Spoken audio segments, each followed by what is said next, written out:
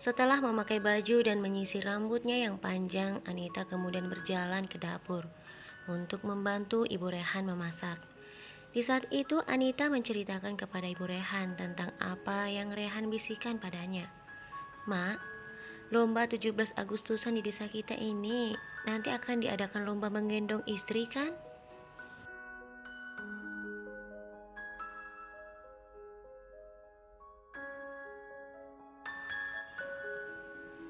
Ibu Rehan mengangguk. "Iya, setiap tahun lomba menggendong istri selalu diadakan di desa kita ini, dan peminatnya paling banyak di antara lomba-lomba yang lain. Karena memang sangat seru dan hadiahnya lumayan besar. Memangnya kenapa tiba-tiba kamu menanyakan hal itu, Nak?" Sambil mengupas sayuran, Anita berkata, "Rencananya aku dan Mas Rehan akan ikut lomba itu, Mak."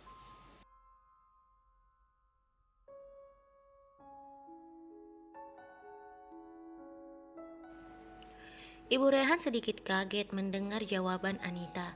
Namun Ibu Rehan tidak memperlihatkan rasa kagetnya itu kepada Anita karena takut Anita akan tersinggung. Walaupun sebenarnya Anita tidak seperti itu, tetapi sekedar jaga-jaga saja. "Wah, bagus kalau begitu. Mak doakan kalian jadi juara ya," kata Ibu Rehan. Anita tersenyum. "Amin. Terima kasih banyak, Mak. Kata orang, doa orang tua adalah doa yang terbaik. Aku yakin doa emak pasti akan dikabulkan."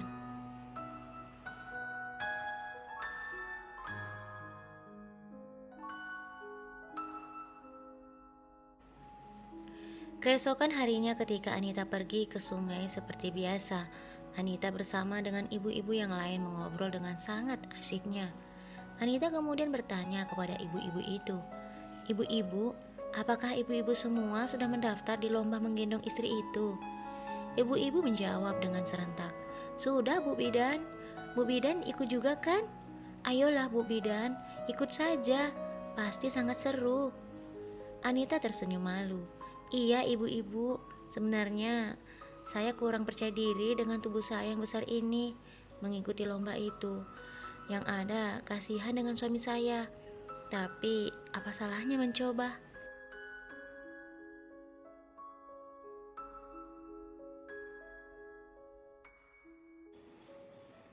Salah satu ibu itu kembali bertanya, "Jadi Bu Bidan mau ikut kan?" Anita mengangguk. "Iya ibu-ibu, saya dan suami saya akan ikut lomba itu." Ibu-ibu itu kemudian bersorak bahagia. "Wah, bagus kalau begitu Bu Bidan. Kita tambah semangat ikut lomba itu.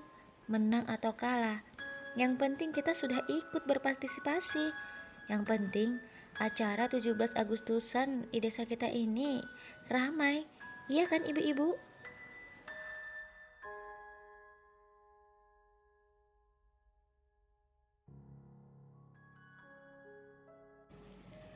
Ibu-ibu di sana menjawab, "Iya, iya, itu betul."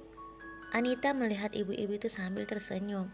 Dia sangat bahagia karena tidak semua orang meremehkannya, tetapi justru memberi dukungan padanya. Apalagi setelah kejadian telah dilakukan Moni pada Rehan. Orang-orang banyak yang salut dengan cinta Rehan yang begitu tulus pada Anita.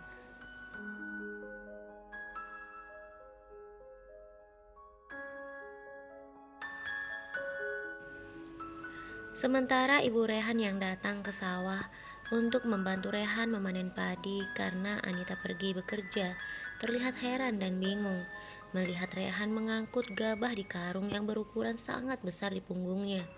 Sementara tak jauh darinya ada kereta khusus mengangkut gabah ataupun barang-barang yang berat.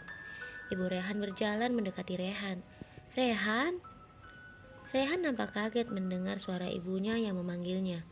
Emak." "Emak mengagetkanku saja. Ternyata emak di sini. Ada apa, Mak?" kata Rehan.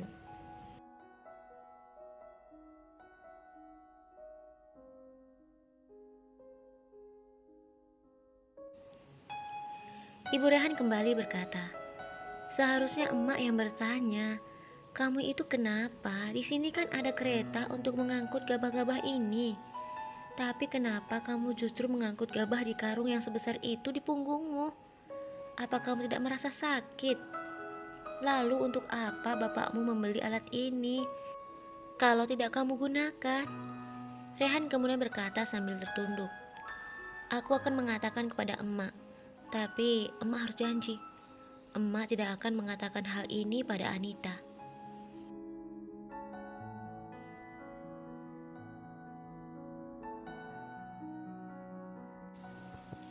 Meski Ibu Rehan tidak mengerti maksud perkataan Rehan, namun Ibu Rehan mengangguk.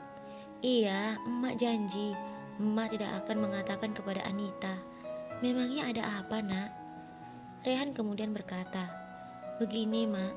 Rencananya aku dan Anita akan mengikuti lomba menggendong istri yang diadakan di desa kita ini dalam rangka memperingati 17 Agustus di desa kita ini, mak. Mak kan tahu, menggendong Anita dengan tubuhnya yang besar seperti itu sambil melalui banyak rintangan sangat sulit, mak.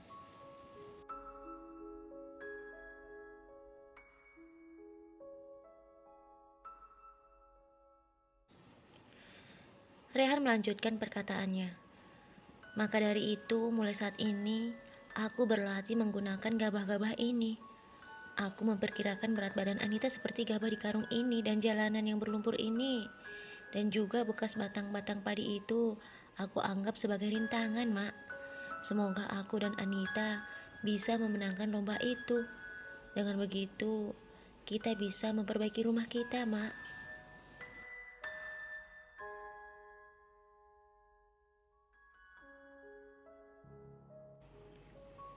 Ibu Rehan begitu terharu mendengar apa yang dikatakan Rehan.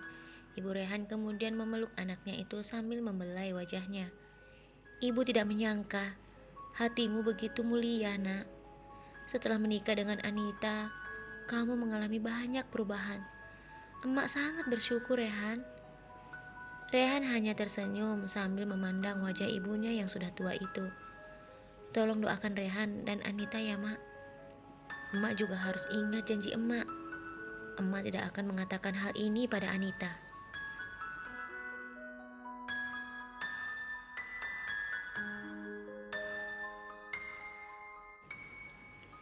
Lagi-lagi Ibu Rehan tersenyum sambil mengangguk.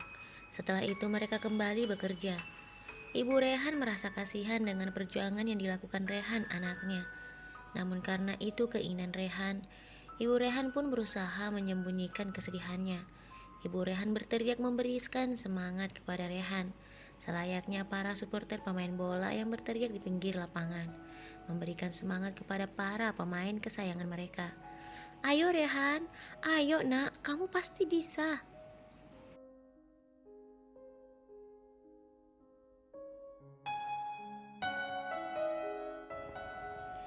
Rehan pun terlihat semakin bersemangat mengangkat karung-karung berukuran besar di punggungnya dan membawanya berlari melalui lumpur-lumpur yang tingginya sampai ke lutut dan menghindari bekas batang-batang padi yang masih berdiri. Ibu Rehan yang melihat Rehan melakukan itu tanpa dia sadari, Ibu Rehan meneteskan air mata karena begitu terharu dengan apa yang dilakukan oleh anaknya. Anak yang dulunya selalu dia marahi karena tidak pernah mau mendengarkan perkataan orang tua.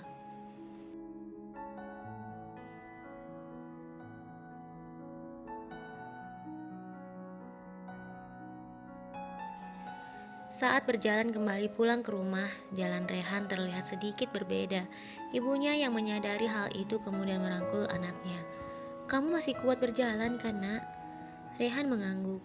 Iya, mak, aku masih kuat berjalan. Mungkin karena ini hari pertama aku latihan, jadi agak sedikit pegal. Lama-lama juga akan terbiasa dan aku tidak akan merasakan pegal seperti ini lagi, mak. Ibu Rehan tersenyum sambil berjalan merangkul anaknya sampai ke rumah.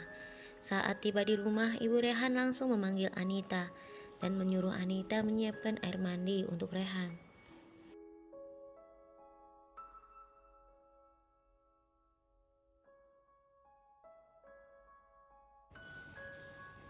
Anita yang melihat suaminya duduk mengatur nafas terlihat seperti sedang sangat kelelahan berkata, "Ada apa, Mas? Apa kamu sakit?" Rehan menggelengkan kepalanya dengan pelan. Tidak sayang, aku baik-baik saja. Aku hanya ingin mandi, setelah itu aku akan beristirahat. Anita kemudian pergi ke kamar mandi dan menyiapkan air mandi untuk Rehan. Setelah mandi, Rehan masuk ke kamar. Rehan sedang memakai baju saat Anita datang membawa sepiring nasi dan lauk juga segelas air putih untuk Rehan.